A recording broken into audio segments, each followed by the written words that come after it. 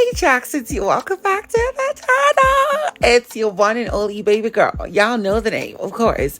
It's another week. It is the fourth week of the bbnaija8 Season 8 All Stars 2023 edition, and it is another HOH and Black Envelope Challenge. So the housemates today are going to fight for their lives, because this is a week of suffering, and if they don't get to be serious, it will be continuous suffering. So suffering and drama all stick together. Now, of course, the housemates were already giving Aweja a task, which has to do with creating a new currency with at least 7 notes, and they've been splitted into groups.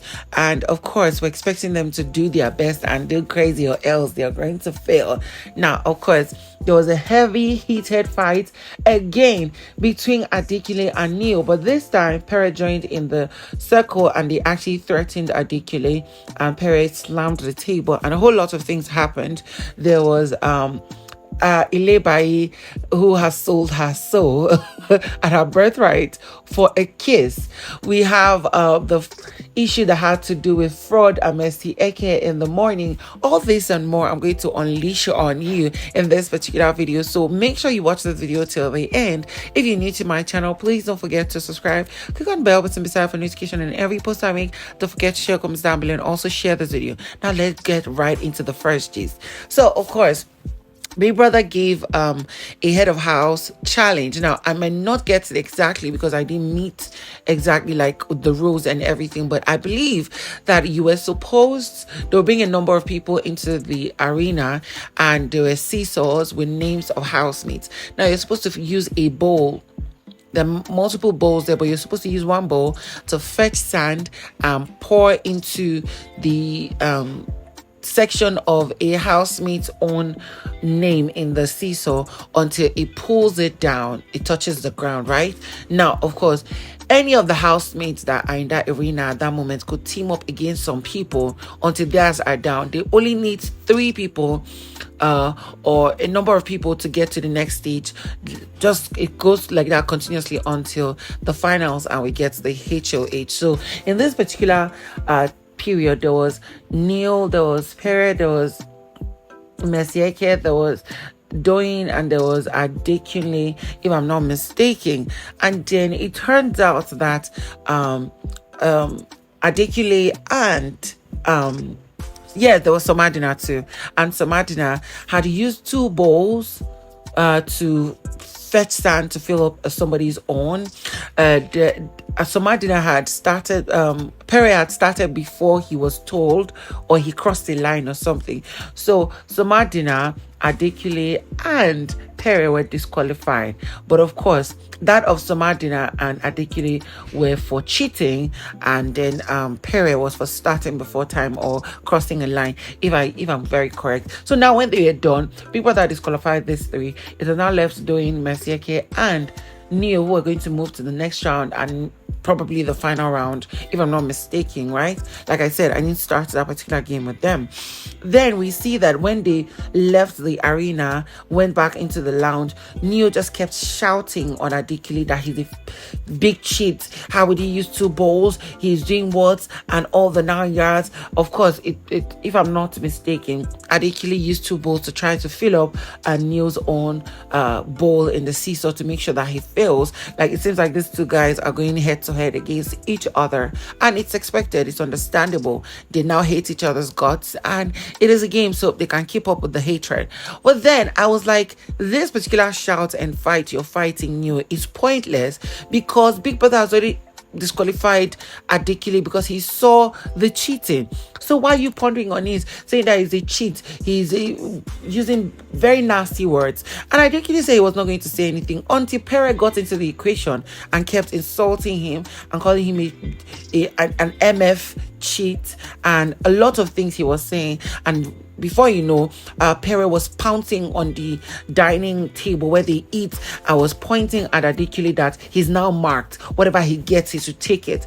This was continuing, and of course, Adekule could not take it anymore. He said, "You don't tell me that kind of thing." And then, Pere continued saying that I will beat you up. And I was like, wow, this is like a threat. But of course, it's understandable. Things like this happen. He went on to saying, "You're marked. If I don't beat you inside the house, I'll beat you outside the house." And of course, Adekule had to respond that, you know what, whatever, it's like they've not told you about islanders outside of the house. Try it and you would know that you don't mess with me.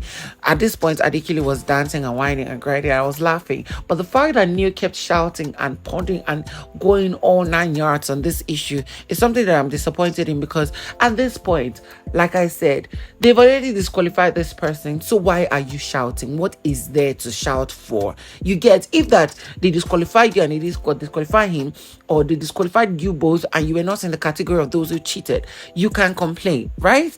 But then this particular shout went on to, Neo bringing back the issue that happened yesterday. According to Neo, it was Adekule that brought it back, saying that that's what is peppering him. And what happened last night was that Neo came to discover that his clothes were pushed over, white clothes that he wore were pushed over the drying lines, and it fell maybe to the ground or something.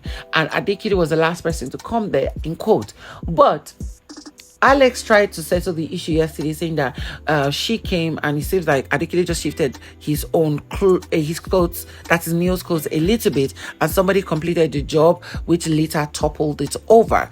Now, I remember that yesterday Adekule was trying to vindicate himself by explaining all this matter, and Neil was still in the garden, but Adekule was trying to clear it out with Alex, saying he was not the one. He pushed it up a little bit, saying that it was a bit dried or something, but somebody else did the job. And then, just not to talk to Neo directly, Adekule kept telling Alex, please explain to him or tell him or that's what happened before you now waiting.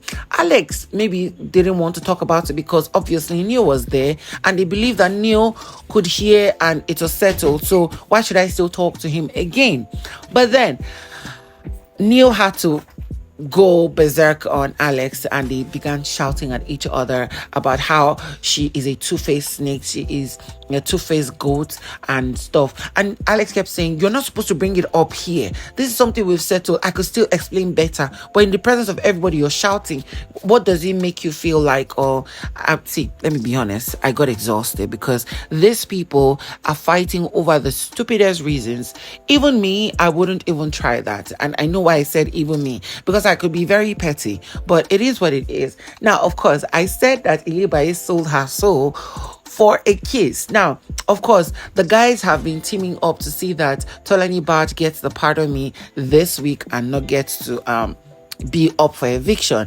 They were all agreeing, and then Cross was sent to Ilebaye. When he met Ilebaye, he was telling her that, encouraging her in the bathroom, in the toilet, that she should, pardon Tolani Baj and everything, and that, he was going to reward her or so, and this reward, we remember what their reward was. She wanted a massage, he wanted a blowjob, but that's what it is.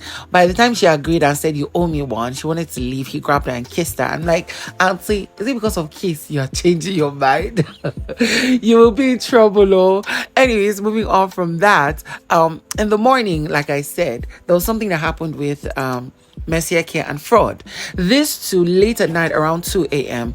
that shared food for everybody. There was 18 pieces of chicken meat that was made, and everybody got one piece, right? But then these two wanted to eat together, but because maybe they were filled or they wanted to save their food for early morning, they went to drop their food in a fridge or something, and then only coming in the morning to discover that somebody has stolen Frodd's meat. And Frodd went all the 9 yards. He kept shouting that the next time anybody tries this nonsense, he's going to beat them both in the house and outside the house. They should not cross and do their nonsense to somebody's food.